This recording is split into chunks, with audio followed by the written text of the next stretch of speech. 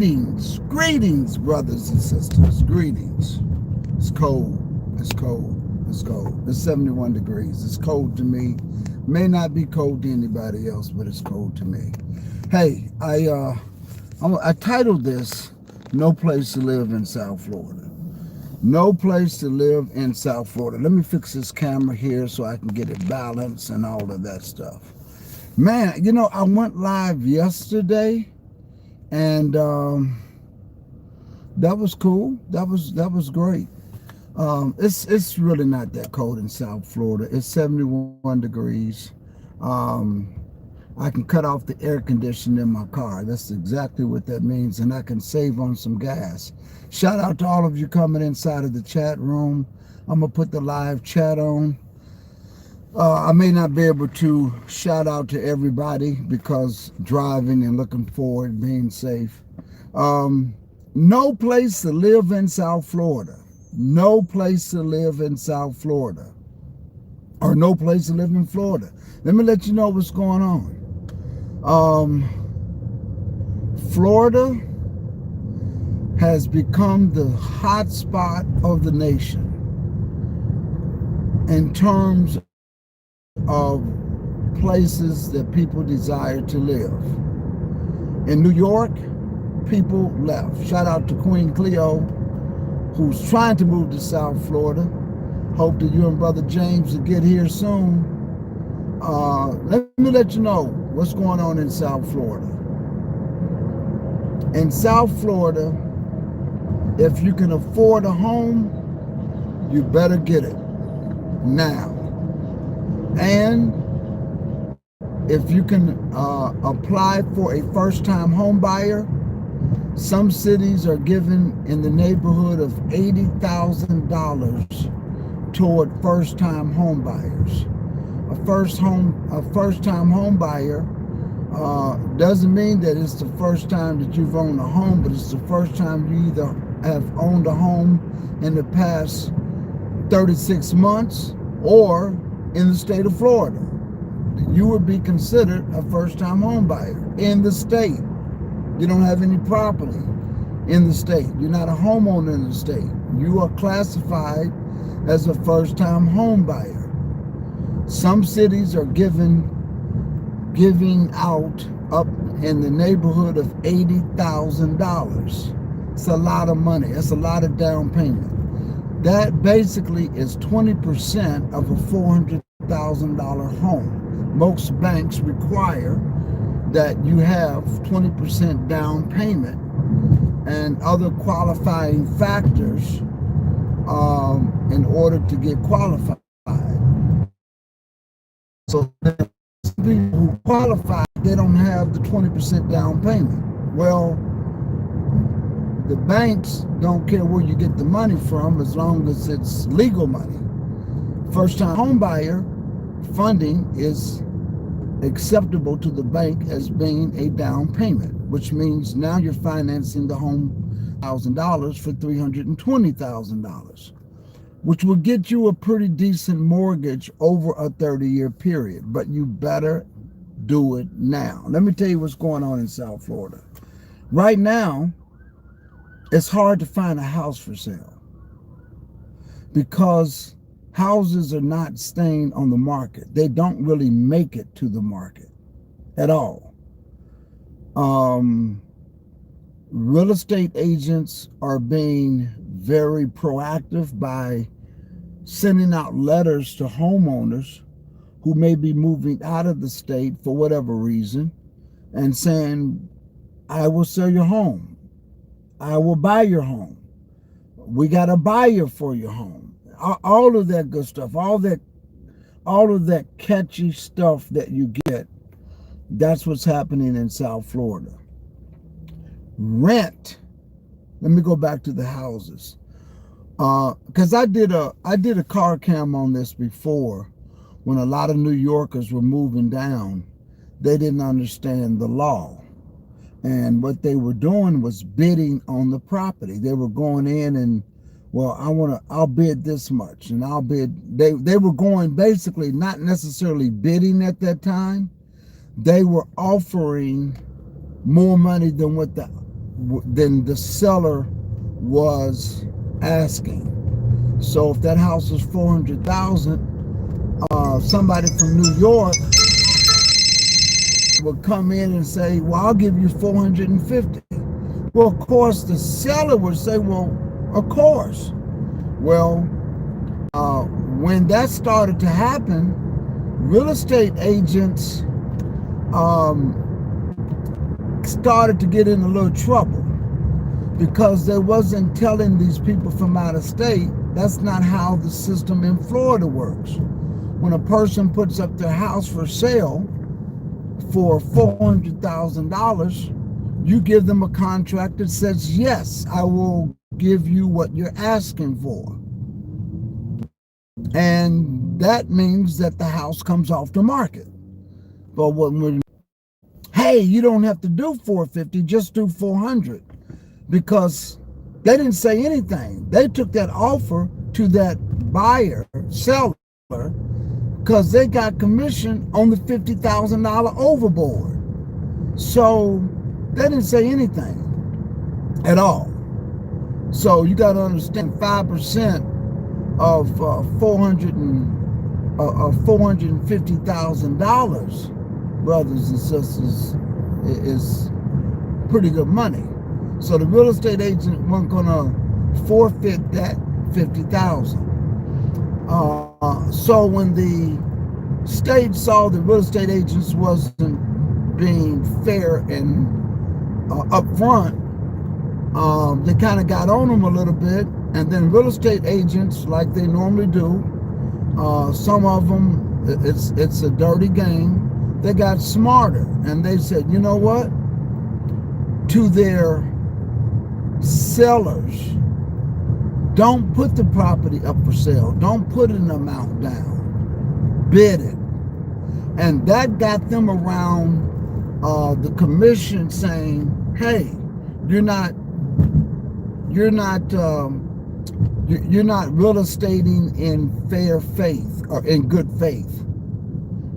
You know, you should have told that buyer that all they had to do was accept the offer that the seller was putting it on the market for.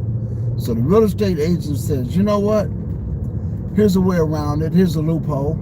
We'll tell the sellers not to put a price on it, bid it out. So houses now go for a bid. You got a house for sale, they'll have an open house, and they'll tell you when you walk in, the comparables in this area for this house is 400,000. That's where the bid starts. So then the houses started to go up as much as 25% over the comparable price. For instance, 25%, 20 to 25% would be anywhere from $80,000 to $100,000 above the comparable price, which means that house that was originally for $400,000 just went for about $500,000. What that did was drive up the market value. So when you got 4 or 5 houses in the area that were $400,000 homes and now they're going for $500,000, the next house that sells will say the comparables sale prices is now $500,000, and that's the starting bid. And those prices went up in the neighborhood of about $625,000. So when you had a house that sold for 2 months ago that was worth $400,000, but the bid price was $500,000, 30 to 60 days later, another house that used to be $400,000 is now going for $625,000. Well, let me tell you, Florida's in the win-win now. It's in the win-win for cities because a new buyer has to pay top rate property taxes. Whereas someone who already owns a home in Florida when they move and buy another home, they have something called Save Our Homes. It's a Save Our Homes Act, homestead. So you only pay a certain percentage of those property taxes because you're already in the system. When somebody coming in out of the state, they're paying the top dollar, and city government's revenue is going up because of property taxes. Here's the thing, a lot of these people from New York and California are selling their homes and coming here and buying cash. So what they're paying $2,000, $3,000 a month for is basically property taxes. That's what they're paying for, property taxes. So it's priced. Everybody that's in Florida that may want to move and sell their home, yeah, you might get more for your house than you know what it was worth 6 months ago. And I mean literally a few $100,000 more. But the issue is when you go and buy another home, you're paying up in the prices and it's high. So basically, all of these people are coming in are making it difficult. It says I went out there for a minute. I don't know what happened. But people moving in, it's making it difficult for people who are residents, native, to continue to move. So if you have a house, you basically you got to stay in your house. I mean, you're a homeowner and just stay in your house. And your house value went up, but you can't afford to sell, even though you might make money. Where are you going to go at? So that's number one. And of course, the law is, federal law, if you sell your house and you make a profit, let's say you sell your house and you pay it off and you make $250,000. If you don't buy a home within a year, you got to pay taxes on that $250,000. So you go into another dilemma because they call it capital. When it comes to a home, the government will allow you the following tax year to take that capital gain that you made from your house to put down on another house so that you don't get taxed for it. Well, there's an accident that just took place. Wow, and the guy just kept going. Wow. South Florida. I'm telling you, nobody has insurance here. So they have an accident and they just take off. It's amazing. It's an everyday occurrence. That's how come I'm not excited about it, But anyway, so what does that mean for the rental community now? Here's what's happening with the rental community. Some of these rental communities, they got so many people coming in. Here's what they have done. When your lease is up, because they got so many people on the list who want an apartment, it's called demand. They are raising the rent on 25%. That's a lot of money, 25%. So for instance, if you're paying $2,000 for rent, the next year, 25% is $500. So now your rent just went up $500. Why? Because that's the demand, and they are getting it. They are getting it.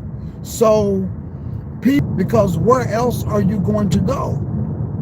Because if you go to another apartment complex, you could be paying more than what they are offering you to renew your lease.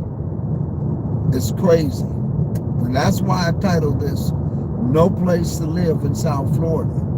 People, although a lot of people coming in, it's going to make a lot of native people to say that are from here say, wait a minute, I can't afford this. I can't afford to live here. So the answer is,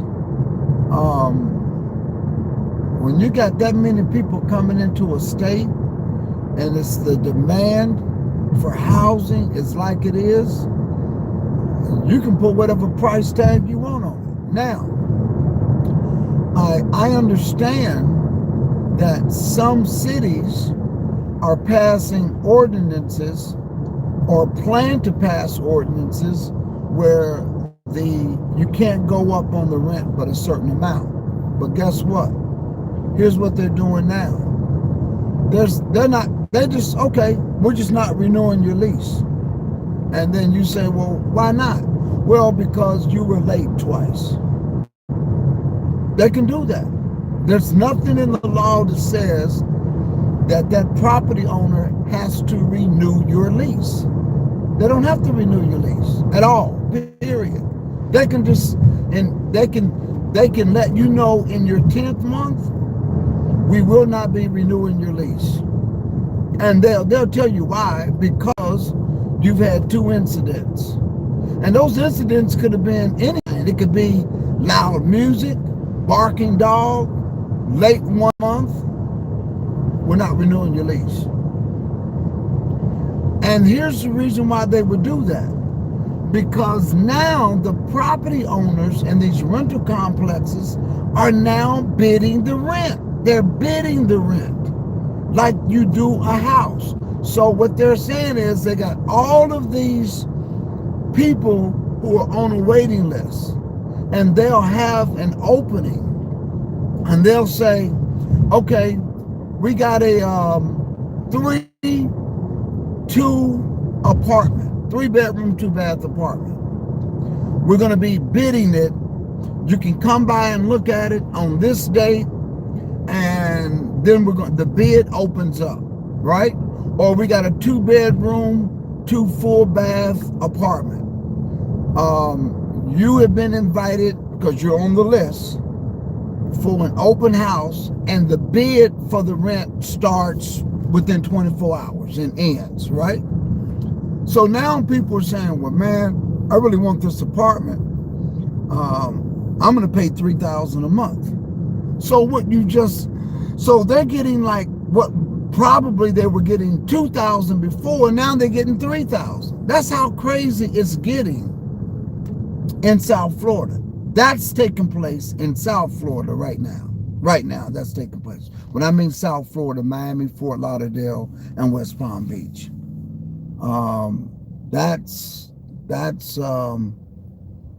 You all know every now and then I'll do something political, not necessarily on biblical teaching. That happens to be one of these car cams. So it's, fortunately, I own a home, so my rent or my mortgage is locked in for 30 years.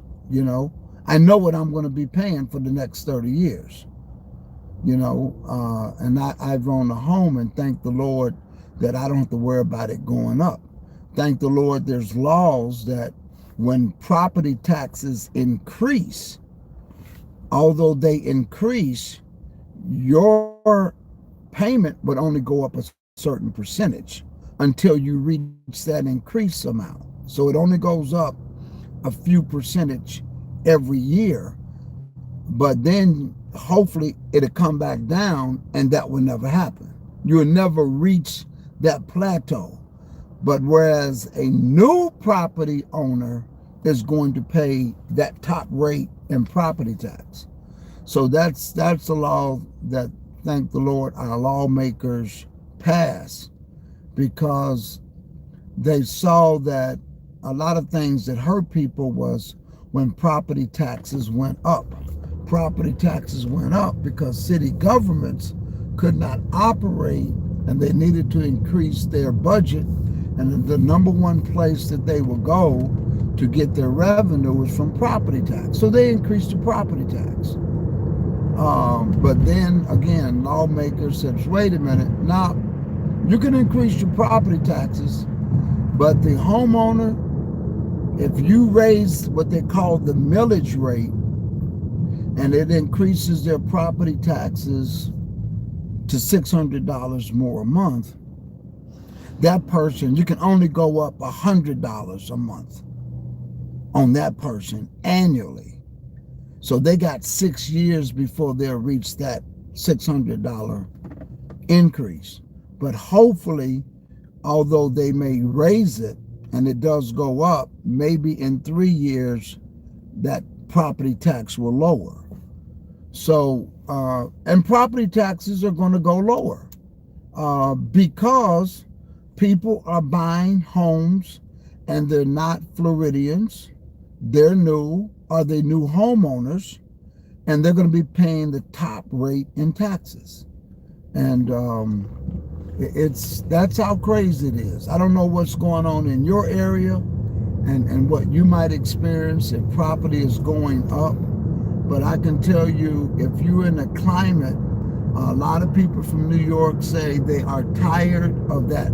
The past 2 winters were horrific.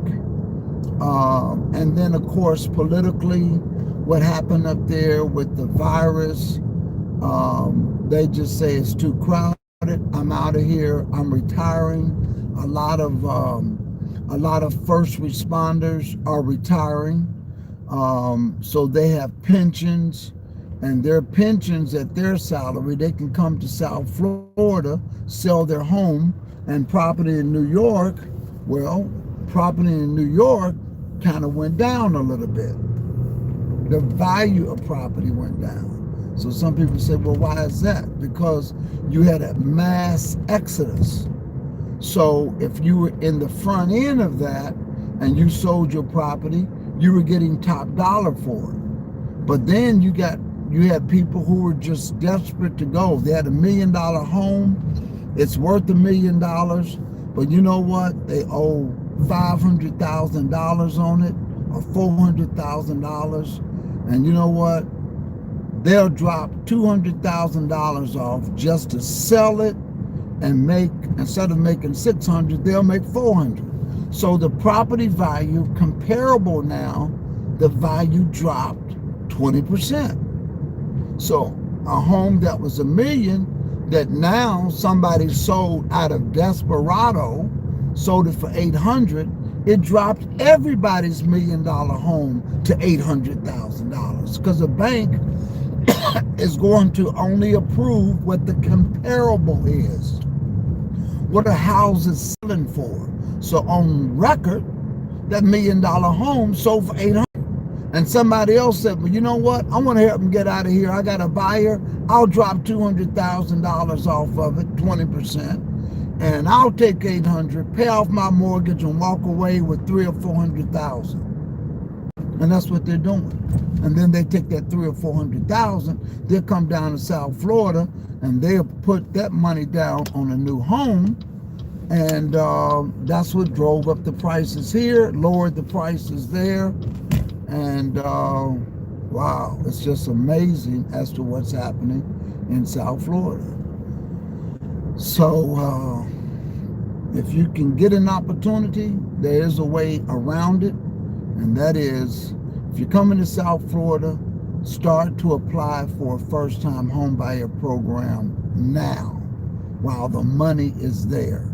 This infrastructure bill that was passed yesterday, what does that mean? I don't know exactly what it means, but an infrastructure bill passed, simply saying that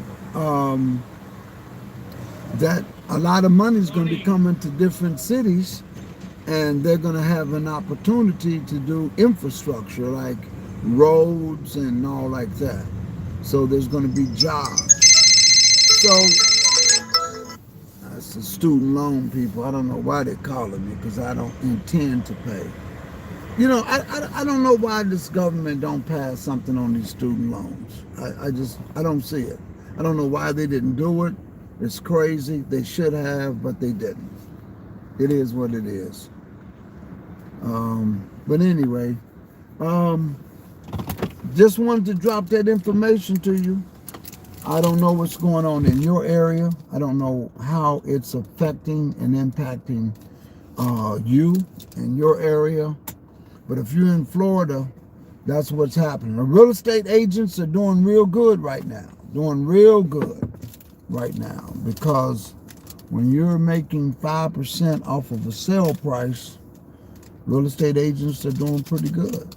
And but like I said, it's a market. It's a seller's market, and a seller's market is you can put your house up for sale for whatever you want to. If you're leaving Florida because you just say, you know what, I wanna enjoy 3 seasons. I want to see the leaves change color. I want to move to an area where it doesn't snow, but I do get a change. It gets cold, maybe like the Carolinas. I want to move there. Yeah, people here can leave here and go there. We had a mass exodus to Georgia a few years ago when the housing market was crazy like this. And people were selling their homes and they were moving to Georgia. And Georgia, they were buying mansions for what they would sell their house here, which would be a regular size 3 bedroom, 2.5 bath, no garage. They owed maybe 80 or 90,000 on it. They were selling it for 400,000. They was taking their profit of 300,000, going to Georgia and buying a 5 bedroom house, cash. $300,000 or $400,000. I don't know if you can still do that in Georgia, but property, what you get is way better. The only thing I don't like in Georgia is that the houses are wood frame. They're nice.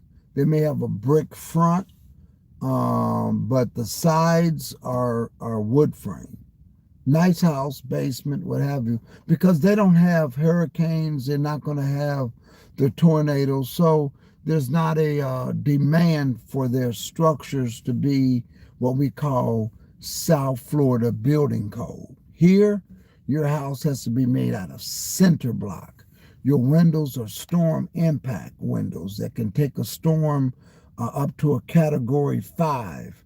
Your roof, the trusses on your roof have to be hurricane strapped. So when the hurricane comes, afterwards your house is still standing. But up in Georgia, you don't have to have all of that. So the prices of the property go down low. So that being said, brothers and sisters, just wanted to drop that down to you. Shout out to all of you all in the chat room. Brother and sister Erica Lancy up in Alaska. I don't know what property value is up there. Queen Cleo, one of our moderators. Sister Sheila, how you doing, my sister? R. Bryant, Landon up in Jacksonville. Truth Hurts. Katrina. Sister Tasha Kelly, how you doing, my sister? Sister Linda Jones Vickers. Sister Marie. Sister Marie is a real estate agent here in South Florida. She's one of several real estate agents that we have at Bethel. She knows the territory, so you can reach out to her. Paul H., how you doing? Donna Panquin, how you doing? And Yasan, all of you all that's here, peace and blessings. I'm going into work. I'm retired and went back to work because I was just bored at home, But I thank the Lord that I'm still healthy enough to work a second pension. Too expensive and cold here in San Francisco and coming south. Yeah, Glenn, I didn't know you were up there. Brother Michael Spears, he told me, he says, Pastor, I'm coming. So he's selling. He'll get a good deal for his house up there. He's coming. He's coming to South Florida. And I said, brother, I'll be glad when you come. But we have one of our real estate agents is getting him set up and getting him prepared to come down and look. And he thinks the prices here are excellent. He really does. Me, when I see them going up like that, I'm not saying that. But coming from another area where California and New York is high, to them, man, it's a good deal. To me, when I saw that property was 200 and now it's 400, and that property was 200 6 months ago, but 400 is a good deal, I'm like, nah. And as a property owner, we have rental property. I'm not even trying to go up on my tenants because I just don't think it's fair. Just don't think it's fair. I know they're happy, but it's just not about that. But that being said, brothers and sisters, peace and blessings to you. We'll see you tonight for the lesson tonight. Tune in, hit that like and share button, and we'll see you right here at Bethel BHG TV. Y'all have a happy, wonderful Tuesday.